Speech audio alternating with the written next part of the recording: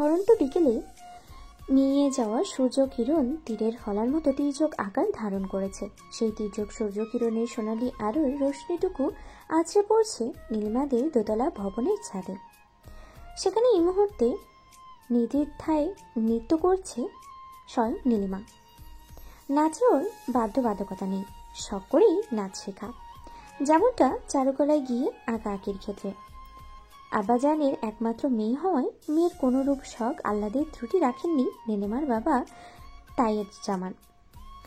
ছোটবেলা থেকেই বাবার আহ্লাদ পেয়ে পেয়ে নীলিমাও হয়েছে একরোখা আর বড্ড বেয়ারা। যাকে দেবে তো হৃদয়ে উজাড় করে দেবে, আর যাকে দেবে না তাকে এক রত্তিও না। পছন্দ অপছন্দের ক্ষেত্রেও একই স্বভাব নীলিমার।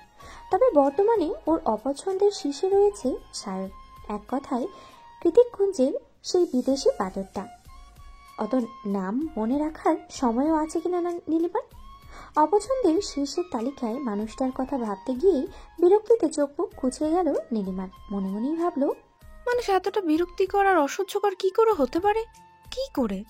শায়রের কথা ভাবতে গিয়ে নীলিমা যখন আবারও নাচের মুদ্রায় ভুল করছিল আর চোখ মুখ খিচিয়ে শায়রের চোদ্দগোষ্ঠী উদ্ধার করছিল, ঠিক তখনই বাড়ির সামনে স্ট্যান্ড করা বাইক দেখে চোখ আটকে গেল নীলিমার। ও নাচ বাদ দিয়ে এগিয়ে এসে ছাদের পাঁচিল ঘেঁষে দাঁড়াতেই দেখতে পেল শায়র দাঁড়িয়ে আছে। শায়রকে দেখে নীলিমা কটমটিয়ে বলল, এখন বুঝেছি, শনি তাকিয়েছিল বলেই তখন বারবার ভুল করেছিলাম। আপাতত ওর দিকে তাকিয়েই নিঃশব্দে হাত নাড়ছে শায়র, আর শায়রের থেকে কিছুটা দূরে অন্যদিকে তাকিয়ে সিগারেট ফুঁকছে অর্ণব। নীলিমাকে উকি দিতে দেখেই শায়র নিচে থেকে কথা ছড়ল, উপরে আসবো কি? নীলিমাদের ছোট্ট বাড়ি, ছাদে আসা সিঁড়িটাও বাইরের দিকে, যে কেউ চাইলেই ফট করে উঠে আসতে পারে। আপাতত সেই কথা বাদ, এই বাদরটা কি করে ওর ঠিকানা খুঁজে পেল সেটাই ভাবনার মোক্ষম বিষয় হয়ে দাঁড়িয়েছে নীলিমার মস্তিষ্কে। নীলিমাকে নিভ্রান্ত চোখে ধ্যানমগ্ন হয়ে দাঁড়িয়ে থাকতে দেখে শায়র আর অনুমতির অপেক্ষা করল না, তরতর করে সিঁড়ি ডিঙ্গিয়ে উপরে এলো নীলিমাদের ছাদে। শায়র উপরে এসে নীলিমার চুলে চোকা মারতেই ভ্রম ছুটে গেল নীলিমার। ও তৎক্ষণাৎ শায়রের দিকে অগ্নিদৃষ্টি নিক্ষেপ করে বলল, বদমাস পুরুষ, আপনি এখানে কি করছেন? আমাদের বাসার ঠিকানাই বা খুঁজে পেলেন কি করে? শায়র একটা চমৎকার হাসি দিয়ে বলল, কি যে বলো না, আমার না হওয়া শ্বশুর বাড়ি আর আমি খুঁজে পাবো না। শায়রের কথায় নীলিমার চোখ কপালে। ও হতবাক হয়ে, আশ্চর্য, কে আপনার শ্বশুর? কেন, তোমার আব্বাজান? নীলিমা এবার মেকি হাসলো। শায়রের সাথে তাল মিলিয়ে বলল, ও তাই বুঝি, আমার আব্বাজান বুঝি আপনার শ্বশুর? তাই একটু ডেকে পাঠাই, বলে তার একমাত্র জামাইকে একটুখানি জামাই আদর করে যেতে। শায়র নিজের শার্টের গলাটা পেছনে ঠেলে বলল, হ্যাঁ হ্যাঁ বলো, আই এপ্রিসিয়েট। শায়রের কথায় হ্যাঁ সূচক মাথা নাড়িয়ে নীলিমা তৎক্ষণাৎ গলা ছেড়ে ডেকে ওঠে, আব্বাজান শুনতাছেন? তৎক্ষণাৎ নিচতলা থেকে এক গুরুগম্ভীর কর্কশ আওয়াজ ভেসে এলো, কিতা হইছে আম্মা জান, ডাক পারতেছেন কেলা? নীলিমা আবারও চেঁচিয়ে বলে ওঠে, ছাদে আইয়েন, দেখা যান। বালা আম্মা গো, ছাদে বিদেশি বান্দর লাফাইতাছে। কিতা কইতেছেন আম্মা জান এইসব? লাঠি নিয়ে আইমু? না আব্বাজান, বাঁশ নিয়ে আহেন, আসলা বাঁশ। নীলিমার কথায় শায়র হতভম্ব হয়ে মুখ হাঁ করে দাঁড়িয়ে আছে। শেষমেশ হবু শ্বশুরের কাছ থেকে কিনা আছলা বাঁশ খাওয়ার হুমকি এলো। ই কেমন দোষী মেয়ে! নীলিমা মিটিমিটি হেসে আবার গলা উঁচিয়ে কিছু বলবে, তার আগে তড়িৎ বেগে এগিয়ে এসে আলতো হাতে ওর মুখটাকে চেপে ধরল শায়র।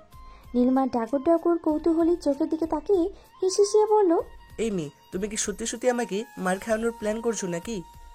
নীলিমা শায়রের হাতের মধ্যে থেকে বোকা বোকা চোখে হ্যাঁ সূচক মাথা নাড়ল। নীলিমার চোখের দিকে তাকিয়ে তৎক্ষণাৎ ঠিক করে হেসে দিল শায়র। হাসতে হাসতে বলল, তুমি বুঝি বাড়িতে এভাবে কথা বলো? ইটস সো ফানি ইয়ার।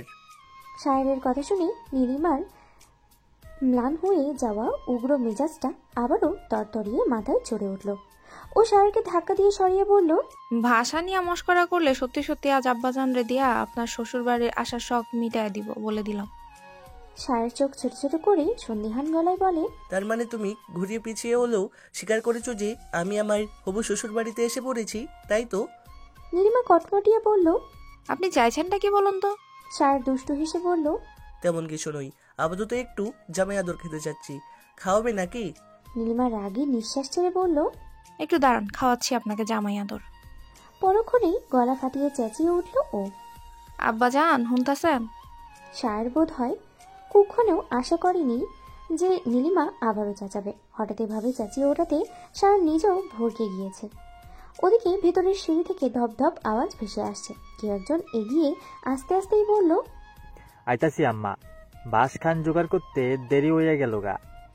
এ কথা শুনে সায়রের চোখ বড় বড় হয়ে উপরওয়ালার নাম জপে উঠে বলে উঠল, এই খোদা, এ কাদের পাল্লে পড়লাম আমি?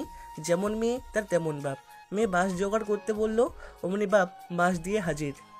তায়েব জামান সিঁড়ির ঘরের কাছাকাছি চলে আসতেই নীলিমা সায়রের দিকে তাকিয়ে উদ্বিগ্ন স্বরে বলল, এখনো দাঁড়িয়ে আছেন কেন? যান না, আব্বা দেখে ফেললে খবর আছে। সায়র নিচে দিতে দিতে অভিমানী সুরে বলল, আব্বাজানকে বাঁশ দিতে ডেকে এনে এখন আর দরদ দেখাতে হবে না, আসছি, বাই। সন্ধ্যা থেকেই তীব্র বর্ষণ, বৈশাখী ঝড়ের তাণ্ডবে মুখরিত চারপাশ। রোদ্রের খাখা বিকেলের ইতি টেনে মুষলধারে বৃষ্টি হচ্ছে। এই বুঝি জ্যৈষ্ঠের পূর্বাভাস। পুরো ঢাকা শহরে আকাশ ভেঙে বৃষ্টি হচ্ছে, যার দরুন চারিদিকে ধোঁয়াশা আর মানব শোন। সেই শেষ বিকেলের থেকে বাংলা একাডেমি গেটের কাছে দাঁড়িয়ে আছে অরু। অথচ এখন সন্ধ্যা পেরিয়ে জলোচ্ছ্বাসিত রাত। অনুর বিয়ের কত কত আয়োজন, মন খারাপের পশ্চা সবকিছুকে একপাশে ঠেলে সকাল সকাল বাংলা একাডেমিতে এসেছিল অরু। এর কারণ আজকে ওর প্রথম লেখা সাবমিট করার শেষ দিন ছিল। পুরো উপন্যাস নয়, একাংশ মাত্র। কৃতিকের 1000 মাইল দূরত্বে যখন অরুকে খুব পোড়াতো, একাকিত্বের যন্ত্রণায় ডুবিয়ে দিত, সেই সময়তেই এক সমুদ্র যন্ত্রণায় হাবুডুবু খেতে খেতে একাডেমির সবার উৎসাহে লেখা শুরু করেছিল অরু। পুরোপুরি শেষ না হলেও যেটুকু লেখা হয়েছে সেটাই আজ জমা দিতে আসা। প্রতীক্ষা একটাই, প্রথমবার না হলেও কয়েকবার চেষ্টা করলে প্রকাশনীদের নজর আসলেও তো আসলে পারে। কিন্তু দিন শেষে কি হলো? বৃষ্টির মাঝে পুরো দস্তর আটকে পড়ল অরু। শেষ বিকেলে যখন ঝুম বৃষ্টি নামলো, তখন রিক্সা কিংবা গাড়ি নিয়ে একে একে সবাই একাডেমি থেকে বেরিয়ে যাচ্ছিল। অরুর বুদ্ধি বরাবরই কম, কিংবা বেশি বললেই বরাবরই ভুল করে বসে থাকে মেয়েটা। আজও সেটাই হলো। ঝুম বৃষ্টির মাঝে অরু আর রিক্সা নিল না। মনে মনেই ভাবলো, বৈশাখের ঝড় একটু বাদেই থেমে যাবে নিশ্চয়ই। কষ্ট করে খানিকক্ষণ দাঁড়িয়ে থাকলে বৃষ্টি কমার সাথে সাথে রিক্সা সিএনজি সব হাতের কাছে পাওয়া যাবে। এখন গায়ে বৃষ্টি লাগিয়ে কি লাভ, শুধু শুধু। কিন্তু বলে না, আবাকা যেদিকেই যায় দুকুল শুকিয়ে যায়। অরুর ক্ষেত্রেও একই হলো। বিকেল গড়িয়ে সন্ধ্যা, সন্ধ্যা গড়িয়ে নিশুতি রাতে চেয়ে গেল ধরণী। তবুও বৃষ্টি তো কমলই না, উল্টো ঝড়ের তাণ্ডবে চারিদিকে লণ্ডভণ্ড। একাডেমির গেট বন্ধ হয়ে গিয়েছে অনেকক্ষণ আগে। চারিদিকে মানুষ তো দূরে থাক, একটা নেড়ি কুকুরেরও আওয়াজ নেই। রাস্তার অবশিষ্ট সোডিয়াম নিয়ন আলোগুলো তির্যক আলো ছড়াচ্ছে চারিপাশে। তবে ঝড়ের তাণ্ডবে সেটাও তীক্ষ্ণ মনে হচ্ছে।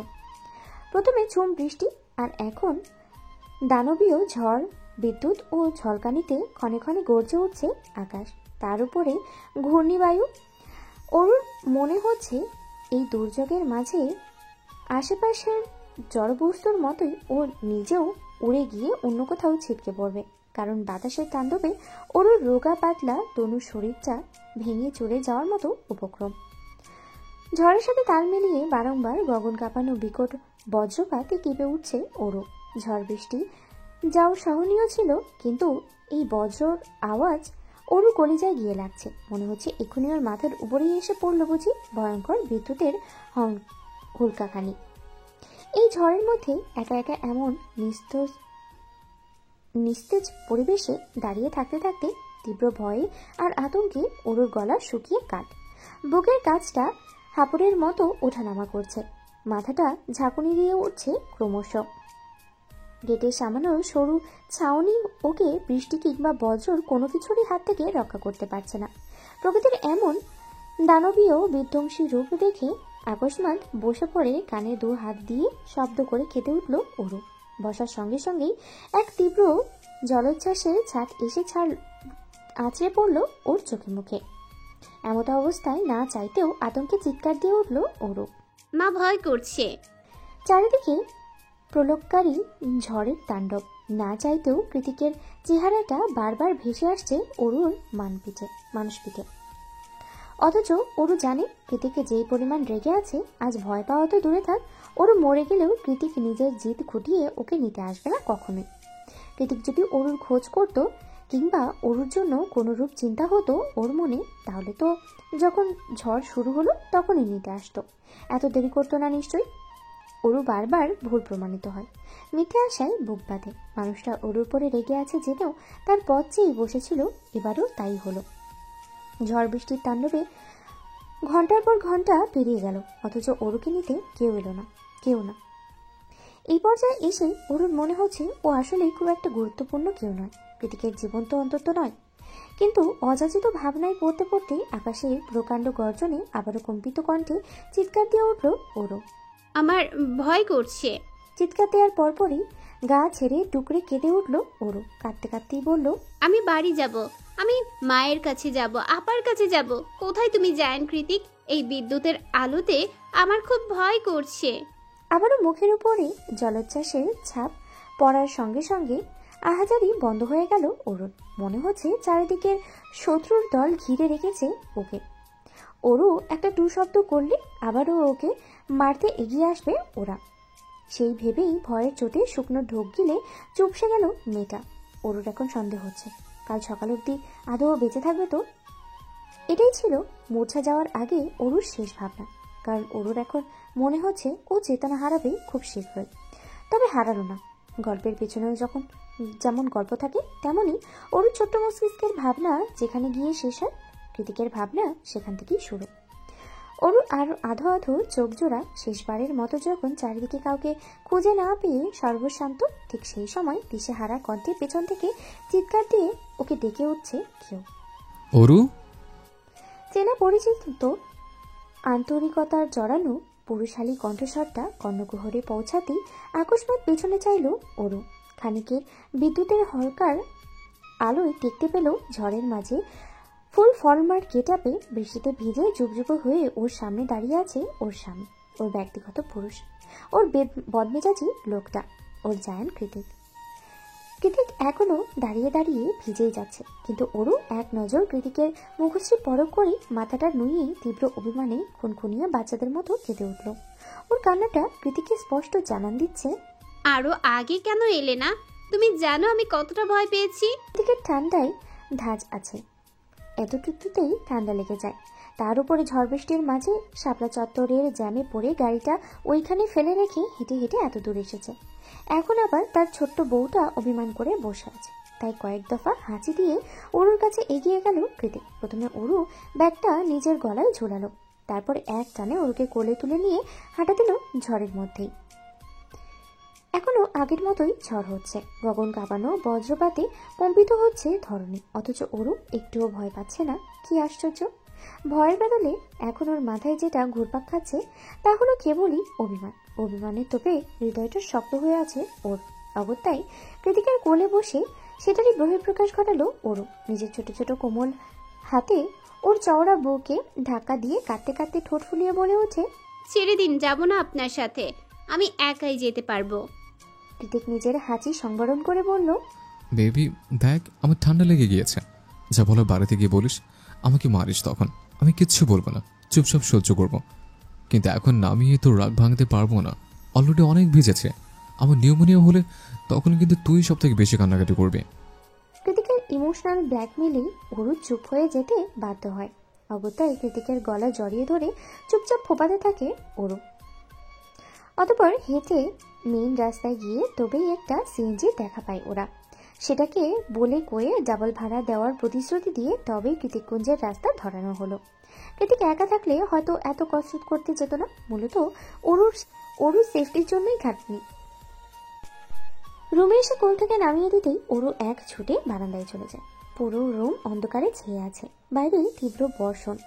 অরু কৃতিক দুজনেই বৃষ্টিতে ভিজে একাকার, অথচ অরু রাগের চোটে আবারও ছুটে বেলকনিতে চলে গেল।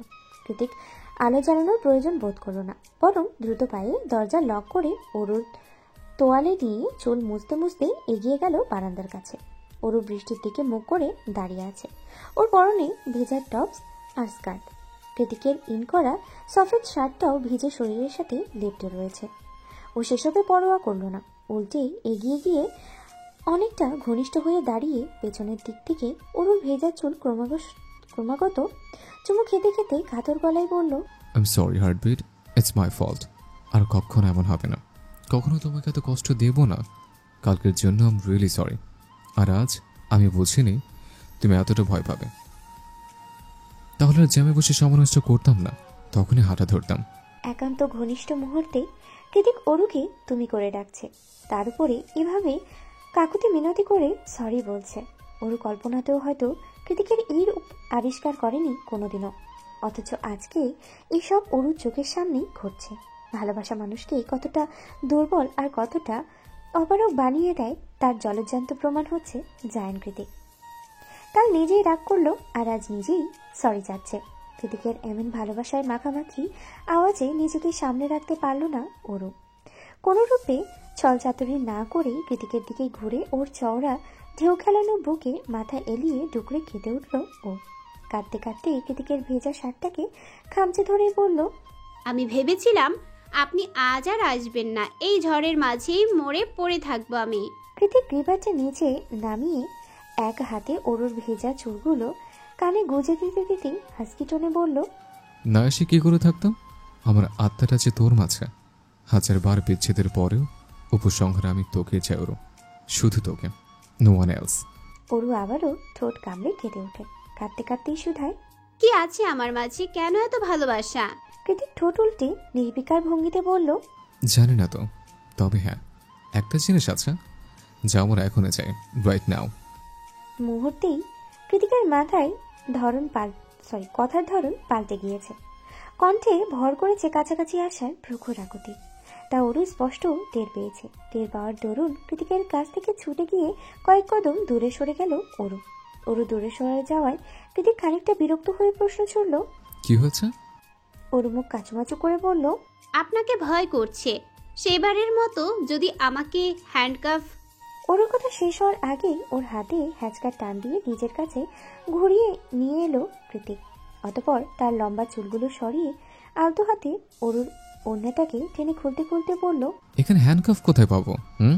শুধু একটু কথা শুনবি তাহলেই হবে। অরু আবারও কৃতিকের থেকে সরে তাড়াহুড়ো পায়ে বেতের সোফার দিকে বসে পড়ে।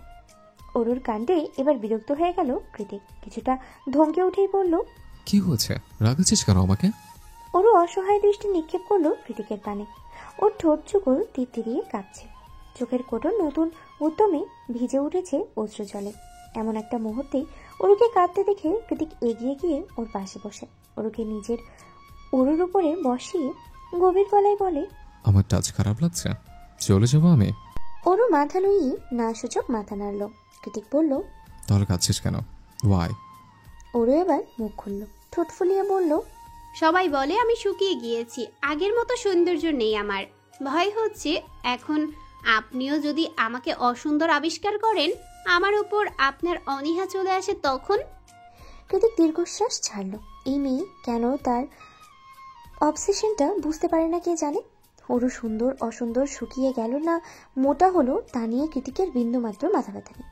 তার চেয়েও বড় কথা, সৌন্দর্য বিশ্লেষণ করা তো দূরে থাক, অন্য মেয়ের দিকে ওর চোখে তাকাতেও মোটেই ধৈর্য নেই কৃতিকের।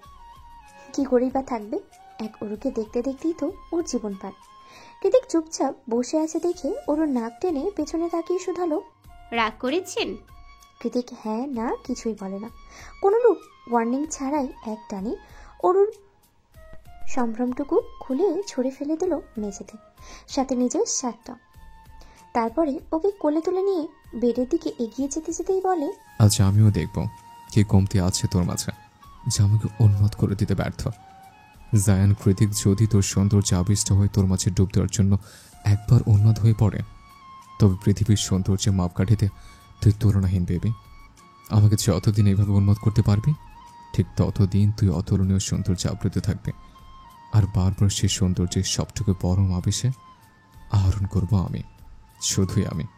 You can mark my word. কৃতিকের এত ভারী ভারী কথার বোঝার সাধ্যি নেই অরুর। আপাতত ও এসব বোঝার অবস্থাতেও নেই। স্বামীর কাছ থেকে পাওয়া মিষ্টি যন্ত্রণার এলোমেলো অরু, সেই সাথে পরিপূর্ণ।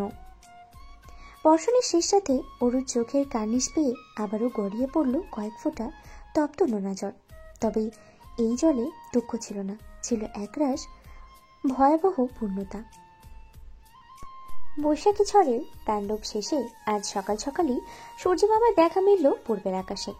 দক্ষিণের জানালাটা হাট করে খুলে রাখায় সূর্যের আলোয় ফটফট করছে চারিপাশ। তীক্ষ্ণ আলোতে খুব সকালেই ঘুম ছুটে গেল অরুর। ঘুম ছুটে যাওয়ার কিছুটা আড়মোড়া ভেঙে চারিদিকে চোখ ঘোরাতেই ও নিজেকে আবিষ্কার করলো কৃতিকের শরীরের নিচে। কৃতিক উপর হয়ে অরুর বুকের উপরে মাথা রেখে দু হাতে অরুর কোমর জড়িয়ে ধরে নির্বিঘ্নেই ঘুমাচ্ছে। অরু ঘুমো ঘুমো চোখে লাজুক হেসে খানিকক্ষণ কৃতিকের সিল্কি চুলের ভাঁজে হাত বোলালো। তারপরে আস্তে করে রোয়ে শুয়ে উঠে গেল বিছানা থেকে। শরীরটা ব্যথায় টনটন করছে, মনে হচ্ছে অতি শীঘ্রই জ্বর আসবে। অরু সেসব ব্যথাকে পাত্তা দিল না। বিশাল হাই তুলে খাট থেকে নেমে ধীর পায়ে এগিয়ে গেল ড্রেসিং টেবিলের সামনে। মেঝেতে এখনো ওদের ভেজা কাপড়গুলো ছড়িয়ে ছিটিয়ে আছে। অরু সেদিকে এক নজর পরখ করে চোখ ঘুরিয়ে আয়নায় তাকালো। ওর পরনে কৃতিকের গ্রে রঙের ওভারসাইজ টি শার্ট।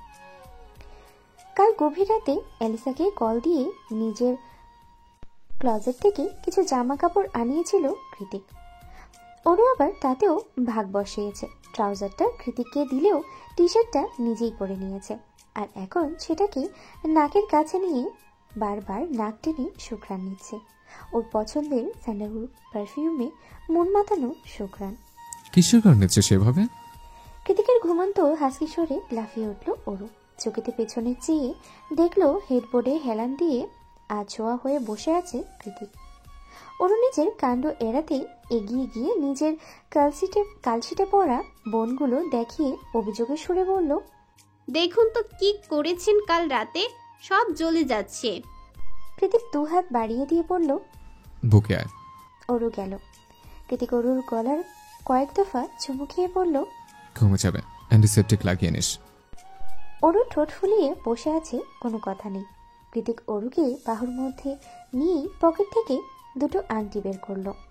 একটাতে পাথর বসানো, পাথরের চিকচিক দেখে মনে হচ্ছে দামি কোনো হিরে। অন্যটা শুধু হোয়াইট গোল্ডের গোলাকার রিং। কৃতিক একটা রিং নিজের আঙ্গুলে পরে অন্যটা অরুর অনামিকা আঙ্গুলে পরিয়ে দিল। অরু চিকচিক করতে থাকা হাতের আংটিটা নাড়িয়ে চাড়িয়ে শুধালো, এটা কেন? কৃতিক বলল, তুই যে বিবাহিত তার প্রমাণ। তাছাড়া বিয়ের পর থেকে এত এত ঝামেলা যে তোকে একটা আংটি কিনে দেওয়ার সুযোগও হয়নি আমার, তাই কাল শপিংয়ে গিয়ে কিনে ফেললাম। পছন্দ হয়েছে? অরু মুচকি হেসে জবাব দিল, খুব। তাহলে চুমুকা। কৃতিকের কথায় অরু ভরকে গিয়ে বলল, কি? চুমু খেতে বলেছি তোকে। আমার টাইম নেই ওরু, যেতে হবে। সায়র আর অর্ণব কল করতে করতে ফোনের মাথা খেয়ে ফেলেছে। এই রুমে এইভাবে দেখে ফেললে হুলস্থুল লাগিয়ে দেবে ওরা দুজন। তুই কি চাস ওরা আমাদের এইভাবে দেখুক? অরু শুকনো মুখে না সূচক মাথা নাড়ল। কৃতিক পুনরায় বলল, তাহলে যা বলছে তাই কর, দ্রুত। অরুর আর কি বা বলবে? স্বামীর মহোদয়কে খুশি করার এক আকাশ ইচ্ছে স্বরূপ ছোট্ট করে হামি দিয়ে দিল গালে।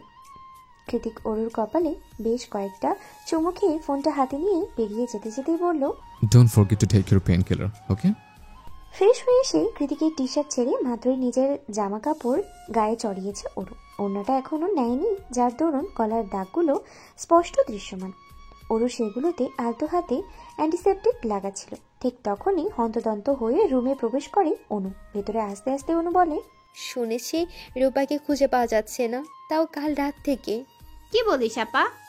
অনু আর কথা আগানোর সুযোগ পেল না, উল্টো চোখ ছোট ছোট করে অরুর দিকে সন্দিহান হয়ে তাকিয়ে বলল, কাল রাতে কৃতিক ভাইয়া তোর রুমে ছিল? আপার প্রশ্নে অরু হ্যাঁ না কিছুই বলল না। ধরা খেয়ে যাওয়া চোরের মতো শুধু উপর নিচ মাথা ঝোঁকালো কিছুক্ষণ। অনু দীর্ঘশ্বাস ছেড়ে সাবলীল ভঙ্গিতেই বলে, জানি, কাল আমি কৃতিক ভাইয়াকে কল করেছিলাম, তুই বাড়িতে ফিরছিলি না দেখে। কাল সারা রাত বৈশাখী ঝড় দাবনীয় তাণ্ডব চালিয়েছে পুরো শহর জুড়ে। রাস্তাঘাটের বেহাল দশা, গাছপালা উপড়ে পড়ে বিভিন্ন লেনের যান চলাচল বন্ধ। অতিরিক্ত বৃষ্টিপাতে পুরো কৃতিককুঞ্জ ফ্যাকাশে রূপ ধারণ করেছে। থোকায় থোকায় বাগান বিলাসগুলো ঝরে পড়ে আছে নিচে ঢাকা ফ্রন্টিয়ার জুড়ে। অনু সন্ধিহান দৃষ্টিপাত এড়াতেই লাজুক অরু খোলা জানালায় গলিয়ে বাইরে চেয়ে আছে সেই তখন থেকে। সারা রাতে ঝড়ের তোপে কেমন নেতিয়ে পড়েছে সৌন্দর্যবর্ধক গাছপালাগুলো। আজ সূর্য উঠেছে, গাঢ়তার সোনালি কিরণ। খুব সম্ভবতই দুপুর গড়াতেই গাছপালাগুলো আবারও আগের রূপ ধারণ করবে। এই মুহূর্তে অনু নিজেরও বেশ ইতস্ত বোধ হচ্ছে ওর সাথে কথা বলতে কি বলে ফেলেছে, এই জন্যই তখন থেকে ওদের মাঝে পিনপতন নীরবতা বিরাজমান। এই অস্বস্তিদায়ক মুহূর্তটাকে কোনো মতে এড়িয়ে যাওয়ার দরুন হাতের আঙ্গুলে ওড়না প্যাঁচাতে প্যাঁচাতে অনুই ডেকে উঠল প্রথমে। বলছিলাম যে ওরু, বলছিলাম এই আপা, আজকে তোদের প্রিয় ওয়েডিং পার্টি না? রাতে কত মজা হবে বলতো? অনুকে কথা বাড়ানোর কোনো রূপ ফুসরত না দিয়েই পিছনে তাকিয়ে ফট করে কথাটা বলে উঠল ওরু। ভাবটা এমন যেন ওর নিষ্পাপ একটা বাচ্চা, বিয়ে বাসর কিংবা জায়ান্টকৃতিক এসবের কোনো কিছুর নাম কোনোদিন শোনেনি। ওরুর কথায় স্বস্তি পেল অনু। তৎক্ষণাৎ হ্যাঁ সূচক মাথা নাড়িয়ে বলল, হ্যাঁ, অ্যালিসা আপুরা আয়োজন করেছে শুনলাম। আমাদের দেশে আবার এসব হয় নাকি? কিন্তু মুহূর্তেই ভার হয়ে এলো অনুর মুখশ্রী। আধার ঘনালো পানপাতার মতো উজ্জ্বল মুখটাতে। ওরু এগিয়ে এসে শুধালো, কিন্তু কি আপা? অরুর জিজ্ঞেসী দৃষ্টির কাছে অনু জবাবের উৎস খুঁজে পেয়েছে কি পায়নি তার আগেই নিচতলা থেকে প্রচন্ড চেঁচামেচির আওয়াজে দুই বোন হকচকিয়ে উঠল ওরা। আওয়াজ শুনে মনে হচ্ছে কেউ কাউকে মারছে খুব। সকাল সকাল আবার কৃতিক কারোর সাথে ঝামেলা শুরু করলো না তো? কথাটা বোধগম্য হতেই কলিজার পানি শুকিয়ে এলো ওরুর। এই মানুষটা ঝামেলা মারামারি এসব না করে ওরুকে এক দণ্ড শান্তি দিতে পারে না, কারণ সে তো দ্য গ্রেট অসভ্য উগ্র বেপরোয়া ছন্ন ছাড়া জায়ান্টকৃতিক চৌধুরী, যার কাজই হলো সকাল সন্ধ্যা ঝামেলা পাকানো। ওর নিষ্ফল ভাবনায় ছেদ ঘটে আবারও নিচতলায় তীব্র শোরগোলের আওয়াজে। ভ্রম ছুটে গেলে ওরু আর এক মুহূর্ত অপেক্ষা করে না। ওড়নাটা কোনো মতে গলায় জড়িয়ে নিয়ে দ্রুত পায়ে রুম থেকে বেরিয়ে যেতে যেতে অনুকে বলে, আপা চল তো, আবার কি হলো দেখে আসি।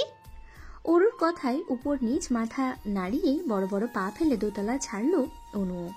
ওরা দুই বোন যখন প্রচন্ড চিন্তায় উদ্বিগ্ন মস্তিষ্কে দ্রুত কদমে নিচে নেমে এলো, তখন অন্দরমহল পুরোপুরি নীরব। অরু অনু চারিদিকে চোখ বুলিয়ে ঘটনা বোঝার চেষ্টা চালাচ্ছে। হলরুমের মাঝ বরাবর পায়ের উপরে পা তুলে ডিভানে বসে আছে কৃতিক। ওর আশেপাশে সায়র, অর্ণব, অ্যালিসা, ক্যাথালিন, মোখলেস চাচা সবাই আছে। আজমেরি শেখ ও অন্য একটা কাউচে বসে আছেন। সবার সামনে চরম অপরাধীর ন্যায় মেঝেতে বসে বসে কাঁদছে রূপা। দেখে মনে হচ্ছে এতক্ষণের ঝড়টা ওর উপর দিয়েই বয়ে গিয়েছে, কারণ ওর দিকে তাকিয়ে এখনো রাগে ফোঁস করছে জাহানারা। তার আগুনের ফুলকুনির মতো চোখ জোড়া দেখে মনে হচ্ছে পারলে আরো কয়েক ঘা বসিয়ে দেয় রূপাকে, কিন্তু কোনো এক অদৃশ্য শক্তি বলে তার হাত পা যেন আটকিয়ে রেখেছে। শক্তি বলতে কি তাহলে জায়ান্টকৃতিক, ভাবছে অরু। চারিদিকে অবলোচন করে অরু হিসিয়ে অনুকে শুধালো, আপা কি হয়েছে বলতো? অনু জবাব দেয়, কাল সন্ধ্যাবেলায় টিউশনে গিয়ে সারা রাতেও আর বাড়িতে ফেরেনি রূপা। রেজা ভাই গিয়েছিল ওকে আনতে, কিন্তু গিয়ে শুনে রূপা নাকি টিউশনিতে যায়নি, কোনো এক ছেলের সাথে ভেগেছে। তাই সকাল সকাল মামি এসেছিল কৃত্তিক কুঞ্জে মাকে বলে কয়ে কিছু একটা উপায় বের করানোর জন্য। সেটা জানাতেই তো আমি তোর রুমে গেলাম তখন, আর এখন এসব। ওদের কথোপকথনের মাঝে অন্দরমহলে প্রবেশ করেন অরুর মামা। তিনি চারিদিকে থমথমে পরিবেশ পরিস্থিতি বুঝে উঠতে না পেরে তার স্ত্রী জাহানার দিকে এগিয়ে গিয়ে উদ্বিগ্ন কণ্ঠে শুধালেন, কি হয়েছে? মেয়েটা এভাবে মেঝেতে বসে কাঁদছে কেন? স্বামীর কথায় গর্জে উঠলেন জাহানারা। রুষ্ট গলায় বললেন, সেটা তোমার মেয়েকেই জিজ্ঞেস করো। সারা রাত একটা ছেলের সাথে ফষ্টি নষ্টি করে মান সম্মান খুইয়ে এখন ঘরের চৌকাটে মারিয়েছে। ওকে মেরে ফেলো রেজাওয়ার বাবা, নাইলে আমি মহল্লায় মুখ দেখাতে পারবো না। যে জাহানারা সবাইকে কথায় দাবিয়ে রাখে, মুখের জোরে সবাইকে ওঠায় বসায়, আজ তার মেয়ে হয়ে এ কিনা এমন একটা নোংরা কাজ করে ফেললো। ছি, সরি। এখন আমি ওকে নিয়ে কি করব বলতে পারো? অরুর মামা কিছুটা শান্ত স্বরেই বললেন। এভাবে বলছো কেন? জাহানারা পুনরায় ঝাঁঝিয়ে উঠে বললেন, বলবো না তো কি করব? তোমার মেয়েকে গাড়ি করে কয়েকটা ছেলে মহল্লার মাঝখানে ফেলে রেখে গেছে। সবাই দেখেছে, কানাঘুষো করছে, পুরো মহল্লা গরম। তোমার কি মনে হয় এই মেয়ে আর বিয়ে হবে কোনো দিন? মুখ পুরি সব খুইয়ে এখন আবার ফিরলি কেন? এই বলে জাহানারা আবারও রূপাকে মারতে উদ্যত হবে। ঠিক তখনই জাহানারা বরাবর কথার তীর ছুড়ছে Kritik. Stop it, I hate noise.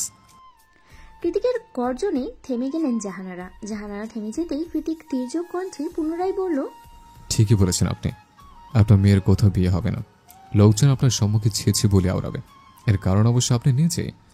লোকজনের হারের খবর ঘেটে কাসুন্দি বানিয়েছেন এতদিন। এখন স্বয়ং আপনার মেয়ের পালা। তার হতে এবার আপনাকে আত্মানাই করবে, এতে কোনো ভুল নেই। কৃতিকের কথায় জাহানারা জবাব খুঁজে পেলেন না। জবাব দেওয়ার মতো কি বা আছে? কথা তো সত্যি। আজমেরি শেখ এখনো চুপচাপ। তিনি কৃতিকের পরবর্তী পদক্ষেপের অপেক্ষায়। আসলে চাইছেটা কি কৃতিক, সেটাই আপাতত ভাবছেন তিনি। অরু এখনো চুপচাপ শুকনো মুখে ঘরের এক কোণে দাঁড়িয়ে আছে। কৃতিক স্পষ্ট চোখে এক নজর অরুর দিকে তাকালো, অতঃপর সবার সামনে ওকে ডেকে বলল, বেবি, এক গ্লাস পানি নিয়ে আসো তো। সকালে ব্রেকফাস্ট করে পানিটাও খেতে পারেনি। অরু হ্যাঁ সূচক মাথা নাড়িয়ে কিচেনের দিকে এগিয়ে গেলে কৃতিকের কথায় মুখলেস চাচা হকচকিয়ে বলে ওঠেন, আমি নিয়ে আসছি বাবা। কৃতিক গম্ভীর গলায় বাদ ছেতে বলল, আমার বউ আছে তো এখানে, আপনি দাঁড়িয়ে থাকুন, আপনার সাথে জরুরি কথা আছে। মুখলেস চাচাকে হুকুম করে পরক্ষণেই জাহানারার দিকে তাকিয়েছে কৃতিক। বলল, রূপাকে মুখলেস চাচার সাথে বিয়ে দিয়ে দিন। মুখলেস এখনো অবিবাহিত, বয়স খুব বেশি না, মাত্র 45 বছর। কৃতিকের কথায় যেন বাজ পড়ল পুরো হলরুম জুড়ে। আজমেরি শেখ তৎক্ষণাৎ তেতে উঠে বললেন, কৃতিক, এবার একটু বেশি বাড়াবাড়ি হয়ে যাচ্ছে। অফিসেও তুমি আমার অমতে তোমার ইচ্ছে মতো রুলস দিয়ে যাচ্ছ, আর এখন বাড়িতেও। কৃতিক হাতের ইশারায় আজমেরি শেখকে থামিয়ে জিভ দিয়ে গাল ঠেলে বলল, আমার কথা এখনো শেষ হয়নি মাদার ইন ল। তাছাড়া ডিলটা আপনার আমার মাঝে হচ্ছে না, ডিল হচ্ছে আমার আর ওনার মাঝে। চোখ দিয়ে জাহানারাকে ইশারা করে কৃতিক। তাই আপাতত আপনার মতামত গ্রহণযোগ্য নয়। আজমেরি শেখ আর কথা না বাড়িয়ে দীর্ঘশ্বাস ছেড়ে চুপ হয়ে গেলে জাহানারা রেগে মেগে বলেন, তাই বলে বাড়ির কেয়ারটেকারের সাথে আপনি আমার মেয়ের? জাহানারা কথা শেষ করার আগেই কথা ছুড়ল কৃতিক। বলল, বিয়ে হয়ে গেলে আমার বনানের ফ্ল্যাটটা আমি মুখলেস চাচা আর রূপার নামে উইল করে দেব। এছাড়া মুখলেস চাচাকে তার যোগ্যতা অনুযায়ী জেকে গ্রুপে কর্মসংস্থানের সুযোগ করে দেওয়া হবে। আফটার অল, আপনার আমার বইয়ের পরমাত্মীয়, এতটুকু দায়বদ্ধতা তো আমার আছে, রাইট? কৃতিকের ছুঁড়ে মারা মেঘ না চাইতেই জলের মতো অফার শুনে জাহানারার চোখ বিষয়ে চিকচিক করে উঠল। বনানীতে নিজস্ব ফ্ল্যাট তো তার বাবা দাদা 14 গোষ্ঠীও সাধ্যের বাইরে, সেখানে কৃতিক কিনা এমনি এমনি দিয়ে দেবে? জাহানারার চোখে মুখে লোভাতুর দৃষ্টি দেখেও ভেসে উঠেছে। ভেতরে ভেতরে টকবক করছে কামনার ল্যাপটপ। জাহানারা তখন থেকেই চুপ হয়ে আছেন দেখে অরুর মামা এবার কৃতিকের কথায় নাকচ করে বলল, অসম্ভব। তাই বলে মেয়েটাকে এমনভাবে 40 লোক সাথে বিয়ে দিবে নাকি? অরুর মামা রাশ ভারী কথা তখনই থেমে গেল যখন পাশ থেকে জাহানারা তীর্যক কণ্ঠে বলে উঠলেন, তুমি চুপ করো একদম। কে বিয়ে করবে তোমার এই অপয়া হতচ্ছাড়া নোংরা মেয়েকে? তা হয় ভালো, যা হয় ভালোর জন্যই হয়। উনি আমাদের ভালোর জন্যই এ কথাটা বলেছে। চুপচাপ বিয়েতে মত দাও। তাছাড়া ওরম বিশাল ফ্ল্যাটের মালিক হলে মুখলেশকে আমার জামাই বানাতে আমার আর কোনো অসুবিধাই নেই। এদিকে এই কাহিনীর মূল চরিত্র মুখলেশ চাচা এখনো হতবিম্ব চোখে একে একে সবার কথা শুনেই যাচ্ছে। কৃতিক কি আসলেই তাকে বিয়ে দিয়ে তার মতো বছরের বিষাদময় আইবুড়ো নামক ঘোচাবে নাকি? সেটাই আপাতত ভাবছে মুখলেশ চাচা। সবার মাঝে নীরবতা বিরাজমান। শুধুমাত্র রূপা মায়ের পা ধরে কান্নাকাটি করছে যাতে তাকে মুখলেশ চাচার কাছে বিয়ে না দিয়ে দেওয়া হয়। অনু আর অরু মামিকে বোঝানোর চেষ্টা করছে, কিন্তু জাহানারা তার সিদ্ধান্তে অনড়।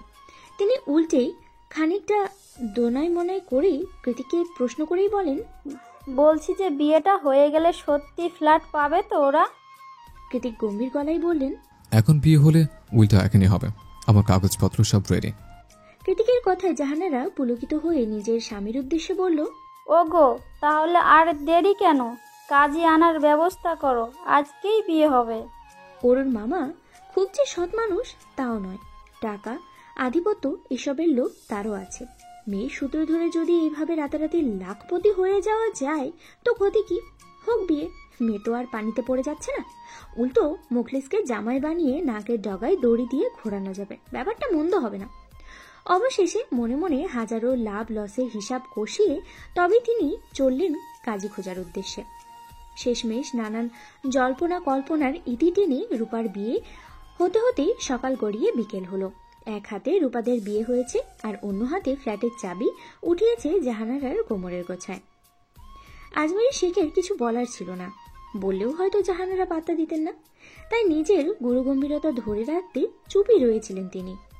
আজকাল কৃতিকের কর্মকাণ্ডে তিনি শুধুই নীরব দর্শক মাত্র। কোনো কিছু বলার বা কৃতিকের বাইরে গিয়ে কোনো সিদ্ধান্ত নেওয়ার হেতু রাখে না কৃতিক। ব্যাপারটা আজমেরি শেখের নিকট চরম বিরক্তির পর্যায়ে উঠে এসেছে, তাও তিনি নিশ্চুপ। কারণ একটাই অনুর বিয়ে। অনুর বিয়েটা সর্বোচ্চ পন্থায় দিতে চান তিনি। তারপর না হয় একে একে দান চালা যাবে, তাড়াহুড়োর কিছু নেই। তাছাড়া আজমেরি শেখের তাড়াহুড়ো জিনিসটা পছন্দও নটে। আজ যেহেতু বিয়ের প্রথম দিন, তাই মেয়ে জামাইকে নিয়ে খুশি মনে বাড়ি ফিরেছেন জাহানারা। কে জানে, হয়তোবা অনুর বিয়ে উপলক্ষে 2-1 দিন বাদে আবারও পুরো পরিবারের শুদ্ধ কৃতিক কুঞ্জে হাজির হবেন তিনি। ওর তড়িঘড়ি পায়ে মাত্রই প্রবেশ করেছে কৃতিকের রুমে। রাগের টোপে শরীরটা রিরি করছে ওর। এখানে আস্তে আস্তেই ঠিক করে নিয়েছে যা হওয়ার হয়ে যাক, আজকে কৃতিকে কিছু কড়া কথা শুনিয়ে তবেই এখান থেকে যাবে ও। কৃতিক তখন রুমেই ছিল, আপাতত তার মনোযোগ ল্যাপটপে নিবদ্ধ। ওর ভিতরে গিয়ে আচমকা কৃতিকের মুখের সামনে ল্যাপটপ ঠাস করে বন্ধ করে দিল। অরুর কাণ্ডে কৃতিক কিছুটা রাগী গলায় বলল, হোয়াটস রং অরু? কাজ করছে তো? অরুর এক অগাধ বিশ্বাস কৃতিক ওকে পাগলের মতো ভালোবাসে। অন্য সবার সাথে যাই করুক না কেন, তবে অরু যদি কৃতিকের কলিজাটাও চিবিয়ে খেয়ে নেয় তবুও কৃতিক টু শব্দটিও করবে না। সেই সাহস থেকেই রাগে ফুঁসতে ফুঁসতে ও বলল, কাজ পরে করবেন, আগে বলুন এত বড় একটা অন্যায় কেন করলেন? মামিকে লোভ দেখিয়ে কেন মোকলেস চাচার মতো একটা 40 লোকের সাথে রূপার বিয়ে দিলেন? বিয়ে কি একটা ছেলে খেলা যে যার সাথে খুশি যেভাবে খুশি বিয়ে দিয়ে দিলেন? আমি খুব ভালো করে জানি রূপা উধাও হওয়া থেকে শুরু করে এত কাহিনীর পেছনে নিশ্চয়ই আপনার হাত আছে। বলুন কেন করেছেন এসব? অরুর এক ধারে বলে যাওয়া ননস্টপ কথার বহরে কান না দিয়ে পুনরায় ল্যাপটপে মন দিয়ে কৃতিক শান্ত স্বরেই বলল, বড়দের কথা তো জানতে হয় না অরু, ভুলে গেছিস আমি যে তোর 12 বছরের বড়? কৃতিকের কথায় অরু বিরক্ত হয়ে বলল, তা এতই যখন আপনি বড়, আমি যে আপনার 12 বছরের ছোট সেটা কাল রাতে মনে ছিল না? এত করে বলেছিলাম, ছাড় দিয়েছিলেন একটুও? তখন তো নো ওয়ে করছিলেন। অরুর রাগে ফোঁসফোঁস করছে, কি বলছে না বলছে কিছু খেয়াল নেই ওর। তাই কৃতিক এবার উঠে গিয়ে অরুর মুখোমুখি হয়ে শটান দাঁড়িয়ে পড়ল। তারপরে ঘাটটা একটু নিচু করে নরম শান্ত গলায় শুধালো, কি হয়েছে, এত রেগে আছিস কেন? অরু ঠোঁট উল্টে শক্ত গলায় বলল, কেন করলেন এটা? রাগের তোপে তীর কাঁপতে থাকা অরুর ফিনফিনে ঠোঁটে বৃদ্ধাঙ্গুল বুলিয়ে কৃতিক একটা দীর্ঘশ্বাস ছেড়ে বলল, তুই আমাকে না বললেও তোর শরীর আমাকে বলে দেয় আমার অবর্তমানে তোর উপর দিয়ে ঠিক কতটা ঝড়ঝাপটা গিয়েছে। শুধুমাত্র আমাকে ভালোবাসার অপরাধে, আমাদের বিয়েটা মেনে নেওয়ার অপরাধে তোর আশেপাশের মানুষগুলো তোকে ঠিক কি পরিমাণ মানসিক যন্ত্রণায় ভুগিয়েছে সেটা তোর চেহারা, তোর শরীর দেখে বুঝে গেছে আমি। ইউএসএ থেকে আসার পর তোর অবস্থা দেখে নিজের শাস্তি দিতে ইচ্ছে করছিল। তোকে যতবার চোখের সামনে দেখছিলাম ততবার নিজের রাগ সামলাতে পারছিলাম না আমি। মস্তিষ্কে আগুন হয়ে উঠছিল আমার, ইচ্ছে করছিল আরো আগে দেশে না ফিরে শাস্তির স্বরূপ নিজেকে নিজে শেষ করে দেয়। ফলস্বরূপ তোকে বারবার এড়িয়ে গিয়েছে। ওরও এখনো প্রশ্নসূচক দৃষ্টিতেই তাকিয়ে আছে।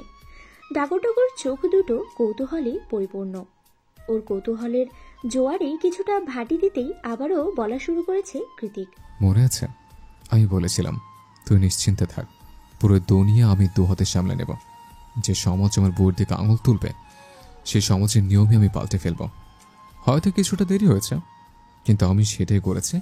সমাজের রিপ্রেজেন্টার হিসেবে তোর মামি তোর দিকে বারবার আঙুল তুলেছে। তোর আমার বয়সের পার্থক্য নিয়ে তুচ্ছ তাচ্ছিল্য করেছে। তোর শরীরে আমার করা ভালোবাসার স্পর্শগুলোকে নোংরা বলে আখ্যায়িত করেছে।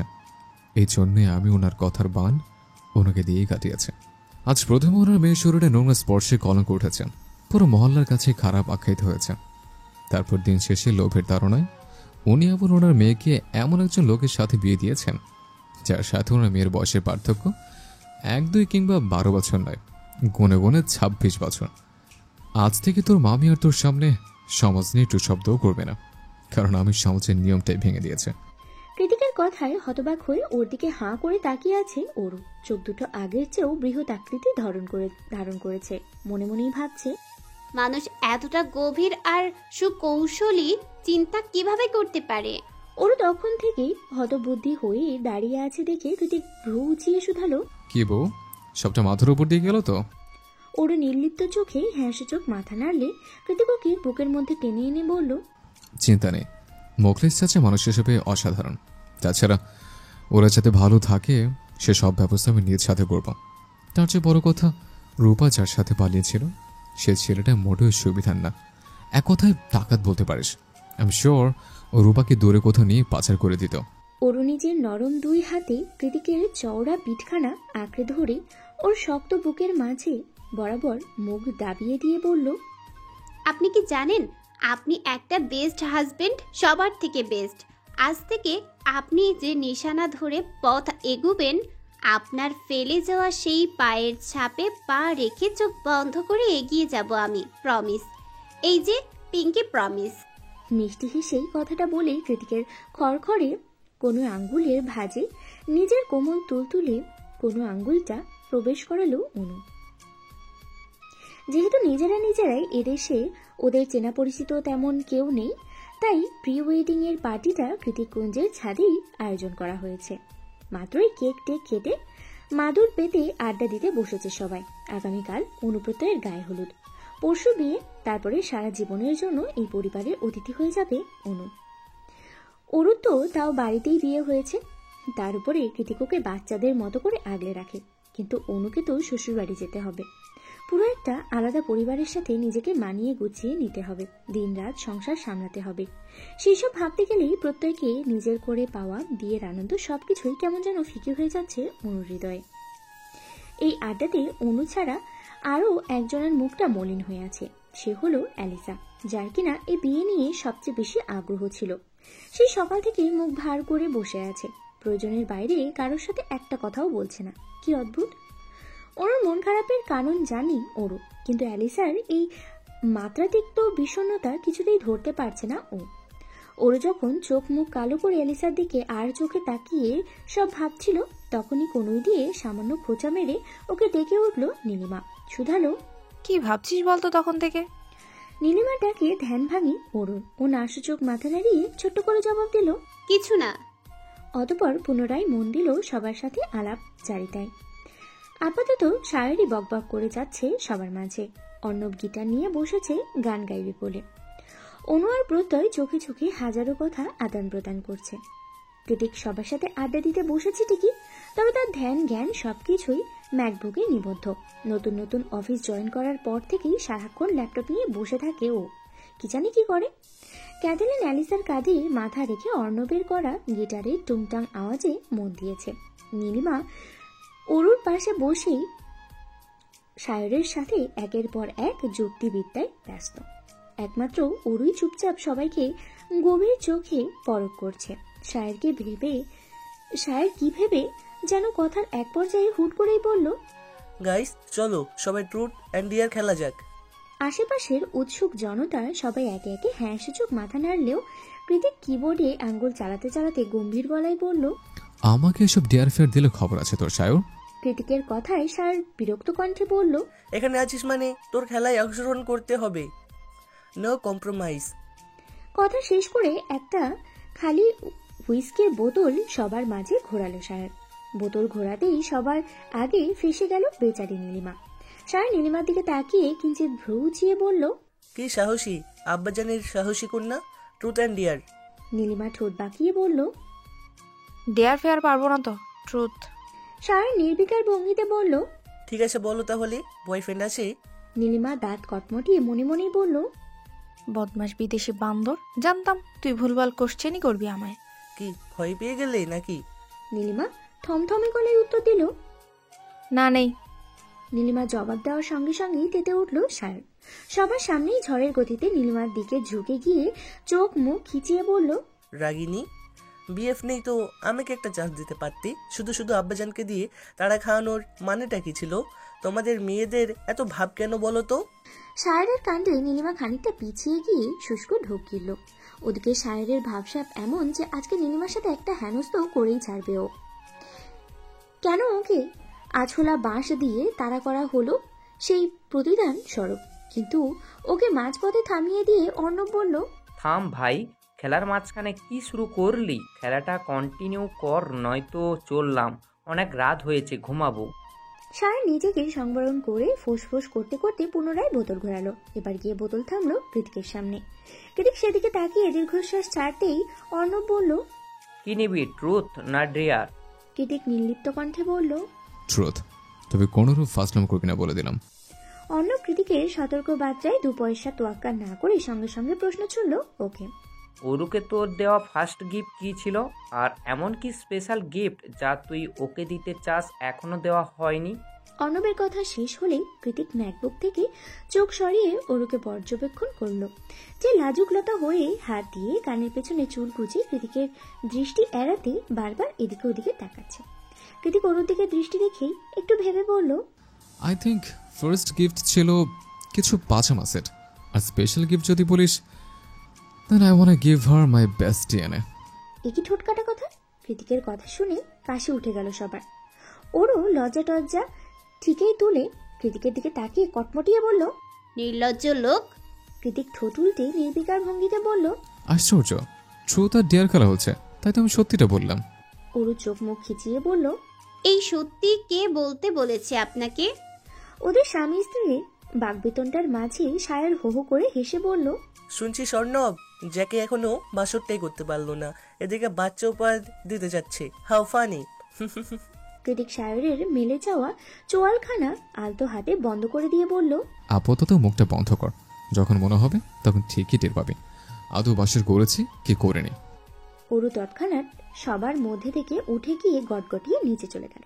সায়র হাঁক ছেড়ে বলল, আরে এলোকেশি, কোথায় চলে যাচ্ছ? খেলা তো শেষ হয়নি। সায়র কথাটা উচ্চারণ করার সঙ্গে সঙ্গে কৃতিক আচমকায় সায়রের গলা চেপে ধরে বলল, শালা তোকে কতবার বলেছে আমার বউকে তুই ডাকবি না কখনো? আবার ঢং করে এলোকেশি রাখা হচ্ছে, আজ তোর খবর আছে। এই বলেই কৃতিক সায়রের গলাটা গায়ে জোরে চেপে ধরে। সায়র কোনো মতে শ্বাস টেনে অস্পষ্ট আওয়াজে অর্ণবকে ডেকে বলে, ভাই থামাই এটাকে, বিয়ের আগেই আমার হবু বউটা বিধবা হয়ে যাবে তো। অ্যালিসা ওদের ঝামেলার মাঝখানে আকস্মাৎ চেঁচিয়ে উঠল, বেশ চড়া গলায় বলল, থামবি তোরা, অসহ্য লাগছে আমার। অর্ণব সায়রকে রেখে অ্যালিসার দিকে এগিয়ে গিয়ে ওর মাথায় আলতো হাত ছুঁয়ে বলল, এলি, কি হয়েছে জান, মন খারাপ? অ্যালিসা জবাব দিল না। এক ঝটকায় অর্ণবের হাতটা ঝাড়ি মেরে সরিয়ে বড় বড় পা ফেলে চলে গেল ছাদ থেকে। গোধূলি শেষে সন্ধ্যা তিমিরেই মুড়িয়ে গিয়েছে চারপাশ। আজ বোধ হয় আমাবস্যা, তাই সন্ধ্যাক্ষণই রাতের মতো নিকোষ কালো আধার নেমেছে ধরণী জুড়ে। তবেই সেই আধারের এক চিলতেই নিকোষ কালো অবশিষ্ট নেই কৃতিককুঞ্জে। কি করেই বা থাকবে? পুরো বাড়িটা ফেরি লাইট আর ল্যান্টেনের আলোতে ঝিকমিক করছে। সন্ধ্যা হতেই যেন পুরো মহল্লা জ্বলে উঠেছে কৃতিককুঞ্জের চকচকে আলোয়। অদূর সদর ঘাট থেকেও সেই আলোর ছটা পাখির চোখে দেখা যাচ্ছে। মানুষ ঘুরে ঘুরে দেখেছে আর ভেবেছে কি হচ্ছে ওখানে, এত আলোই বা কেন? আজবাড়ি সে কোনো রূপ ত্রুটি রাখতে চায় না মেয়ের বিয়েতে, ওই জন্যই হয়তো এত আয়োজন, ধুমধামের কোনো শেষ নেই। সন্ধ্যার পরপরই গেট ছাড়িয়ে ভিতরে প্রবেশ করেছে নামি দামি গাড়ির বহর। এরা কেউ কেউ জেকে গ্রুপের ভিআইপি ক্লায়েন্ট, নয়তো জমশেদ জায়ানের রাজনৈতিক সূত্রেই পূর্ব পরিচিতরা, যাদের আপাতত আজমেরি শেখ আর কৃতিক দুজনে মিলেই আমন্ত্রণ জানাচ্ছে। যদিও বা দুজন কেউ কারোর সাথে কথা বলে না, কিন্তু এই মুহূর্তে ক্লায়েন্টদের সামনে সবকিছু স্বাভাবিকভাবেই সামলাচ্ছে তারা। ইটস কল প্রফেশনাল রিলেশন, যেটা কৃতিক আর আজমেরি দুজনেই বেশ ভালো মতোই রপ্ত করতে পারে। প্রত্যেক অনু স্টেজে বসে আছে, ওদেরকে মেহমানেরা টুকটাক উপহার সামগ্রী দিয়ে যাচ্ছে। এখনো গায়ে হলুদ পর্ব শুরু হয়নি। গেস্টরা সবাই সফট ড্রিঙ্ক পান করছে। কৃতিক অনেক বছর পরেই দেশে ফেরার দরুন অনেকেই এগিয়ে এসে ওর সাথে কুশল বিনিময় করে যাচ্ছে। অ্যালিসা মাত্রই অন্তর্মহল থেকে বেরিয়ে ওর পরনের ল্যাভেন্ডার কালারের লেহেঙ্গা, গায়ে হলুদের প্রোগ্রাম হলেও আলাদা কোনো ড্রেস কোড ছিল না বলে যে যার মতো জামা কাপড় পরে নিয়েছে ওরা। তবে অর্ণব অ্যালিসার সাথে মিলিয়ে ল্যাভেন্ডার কালারেরই পাঞ্জাবি চড়িয়েছে গায়ে। শায়রের আপাতত দেখা মিলছে না। Kritik maroon velvet Prince coat পরেছে, সেই সাথে ব্ল্যাক স্কিনি ডেনিম। ঘাড় ছুঁই ছুঁই চুলগুলো আজ বেশ অনেকটাই ছোট করা হয়েছে। অ্যালিসাকে বেরোতে দেখে অর্ণবর হাত টেনে আহত সুরে বলল, কথা বলছিস না কেন এলি, কি হয়েছে? অ্যালিসা কোটর গলায় বলল, হাত ছাড় অর্ণব, ভাল লাগছে না। না, ছাড়বো না। ওদের এই বাগবেতনটার মাঝেই একদম হুট করেই স্টেজে এন্ট্রি নিল দুইজন ব্রাইডমেড। প্রথমে লাল নীল চোখ ধাঁধানো লাইট, অতঃপর হঠাৎ করেই বেজে ওঠে সবার প্রিয় গান। অ্যালিসা অর্ণব তৎক্ষণাৎ নিজেদের তর্ক বিতর্কের ইতি টেনে অবাক চোখে স্টেজে তাকালো। শায়ের মাত্রই কিছু মিষ্টি আর দধি নিয়ে এক সাইডে টেবিলে বসেছিল। ও সিদ্ধান্ত নিয়েই নিয়েছে এই বিয়েতে ও ডায়েট ফায়েট ভুলে সব খাবে। তারপর আমেরিকা ফিরে যা হবে তা দেখা যাবে। সে যেই ভাবা সেই কাজ। এক চামচ দধি মুখে নিয়েছে কি নেয়নি কেবল, কিন্তু সেই দধি গলা দিয়ে নামার আগেই ওর চোখ আটকে গেল স্টেজে। দেখলো ফেরি টেল থেকে নেমে আসা দুটো জলজান্ত প্রহরী স্টেজে হিন্দি গানের সাথে কোমর দোলাচ্ছে। তাদের হাসির ফোয়ারা যেন চারিদিকে মুক্ত দানার মতো ন্যায় ছড়ে পড়েছে। সেদিকে তাকিয়ে কয়েকবার পলক ফেলে অস্ফুটেই শায়ের বলল, এটা কি আসলে আমার রাগিনীটা নাকি? হাই আল্লাহ, এত সুন্দর কেন লাগছে? নজর লেগে যাবে তো সবার। পচা মেয়েটাকে কে বলেছে এভাবে নাচতে? আমার তো হার্টবিট ফেল করছে। ও গড। কৃতিক তখনও ক্লায়েন্টদের সাথে কুশল বিনিময়ে ব্যস্ত। একজনের পর একজন আসছেই। চারিদিকে তাকানোর ফুসরত নেই ওর, নেই স্টেজের দিকেও মন। কিন্তু হঠাৎ করেই ওর কেন যেন মনে হলো স্টেজে এই মুহূর্তে যেই মেয়েটা গানের তালে পা দোলাচ্ছে, সুন্দর সুন্দর ভঙ্গিমায় হেলে দুলে নাচ করছে, সেই মেয়েটাকে ও চেনে। কেন যেন উষ্ণ হৃদয়টা বলছে একবার ফিরে তাকা কৃতিক, শুধু একবার। And then you will be fucking speechless. Kritik তাকালো, হুট করে নয়, আস্তে আস্তে সময় নিয়েই নজর ঘোরালো। আর তারপরে ওর হৃদয়টা ওখানেই থমকে গেল। ওরকে এতটা হাসি খুশি বোধ হয় এই জীবনে দেখেনি কৃতিক। তার উপরে এমন মাতাল করার নাচ, ওরা এত সুন্দর করে নাচতেও পারে। কৃতিক হাঁ করে তাকিয়ে আছে স্টেজে নৃত্যরত ওই অষ্টাদশীর দিকে। পরনে অফ হোয়াইট লেহেঙ্গা, হাঁটু সমান লম্বা চুলগুলো পুরোপুরি বাঁধন হারার তার, গলায় কানে সিঁথিতে সাদা পাথরের ছোট ছোট জুয়েলারিতে ওরুকে দেখে চোখে জ্বলে যাচ্ছে কৃতিকের। এই মেয়েটা ওর হৃদয় হরিণী। সেই ছোটবেলা থেকে নিজের মায়া বলে কৃতিককে বশ করে রেখেছে। আজকে মনে হচ্ছে ওরুকে নতুন করে আবিষ্কার করলো কৃতিক, যে ওরু নিজেকে মেলে ধরতে জানে, খিলখিলিয়ে হাসতে জানে, বুক ভরে শ্বাস নিতে জানে। কিন্তু কৃতিক তো শ্বাস নিতে পারছে না, ও তো দম বন্ধ হয়ে আসছে। এই ওরুকে দেখে ওর মোটেই স্বস্তি লাগছে না, কেমন হাঁসফাঁস লাগছে। বুকের ভেতরটা সূক্ষ্ম ব্যথায় চিনচিন করছে। বারবার মনে হচ্ছে আমার বউটা এত সুন্দর কেন, এত কেন নিখুঁত? উপরওয়ালা কি একটুখানি খুঁত রাখতে পারতো না কৃতিককে, একটুখানি স্বস্তি দেওয়ার জন্য? এখন যে কৃতিকের মাতাল মাতাল লাগছে, খুব ইচ্ছে করছে নিত্যরত অরুর পাশে দাঁড়িয়ে সবাইকে অ্যানাউন্সমেন্ট করে বলতে, দেখো সবাই, এই মিষ্টি মেয়েটা আমার বউ, আমার হার্টবিট, আমার সবকিছু, শুধু আমার। ওর নেশায় আমি আসক্ত, সঙ্গীন প্রণয় আসক্ত। কিন্তু কৃতিক তো সেই সব বলতে পারে না, কারণ হৃদয়ের কথা মুখ ফুটে বলে বেড়ানো ওর ধাঁচে নেই। তাই অরুর নাচ শেষ হতেই ওকে টেনে টুনে মহলের মধ্যে নিয়ে গেল কৃতিক। করিডোরের এক প্রান্তে দাঁড়িয়ে ওর একটু ভয়ার্থক গলায় শুধালো, কি হয়েছে, এভাবে টানছেন কেন? কৃতিক অরুর দিকে এগিয়ে আসতে আসতে হাস্কি টোনে বলল, কি করেছে সেটা? আমি তো ঠিক নেই Aru, I am not okay. Aru কৃতিকের কপালে হাত ছুঁয়ে উদ্বিগ্ন কণ্ঠে বলে ওঠে, কেন, কি হয়েছে? সেদিন বৃষ্টিতে ভিজলেন বলে জ্বর আসেনি তো আবার? দেখি। কৃতিক অরুর হাত সরিয়ে দিয়ে নিজের এক হাত অরুর আঁচলের ফাঁক গলিয়ে ওর মেধহীন অরুর উদরে ছোঁয়ালো। কৃতিকের শক্ত হাতের স্পর্শে তৎক্ষণাৎ কেঁপে উঠল অরু, কম্পিত কণ্ঠে বলল, কি করছেন? আঁচলটা এলোমেলো হয়ে যাবে তো। হরে হোক, তুই যে আমাকে এলোমেলো করে দিয়েছিস, তার কি হবে? এভাবে কেন নাচতে গেলে? আমার যে এখন বুকে ব্যথা করছে খুব, মনে হচ্ছে মরে যাব। তোকে এখান থেকে কাছে পেতে ইচ্ছে করছে, কিন্তু সেটা তো এই মুহূর্তে সম্ভব নয়, কারণ বাইরের সবাই আমার সাথে মিট করার জন্য ওয়েট করে বসে আছে। তাহলে এখন আমি কি করব? তোর প্রতি এত কেন আসক্তি আমার? কেন এত সুন্দর তুই, বল না। তোকে কাছে না পেয়ে আমি যদি বুকের ব্যথায় মরে যাই, তখন সব দোষ তোর হবে। কৃতিক উদ্ভ্রান্তের মতো একের পর এক বুলি আওড়েই যাচ্ছে। ওর চোখে মুখে ভীষণ কাতরতা, ভীষণ অসহায়তা। কিন্তু এই পর্যায়ে এসে ওর মুখটা হাত দিয়ে আলতো করে চেপে ধরল ওরও। অতঃপর কৃতিকের চোখে চোখ রেখে নাসূচক মাথা নাড়ল। কৃতিকের একটা হাত তখনও পেছনে লুকানো। ওরও চুপচাপ দাঁড়িয়ে আছে দেখে কৃতিক এবার বিনা দ্বিধায় হাঁটু ভেঙে বসে পড়ল ওর সামনে। আলতো হাতে শাড়ির আঁচলটা সরিয়ে নির্লিপ্তে ঠোঁট ছোঁয়ালো অরুর তুলতুলে কোমল উদরে। এরপর অন্য হাতটা সামনে বাড়িয়ে কাঁচা হলুদের রঙে রাঙিয়ে দিল অরুর সমগ্র উদর।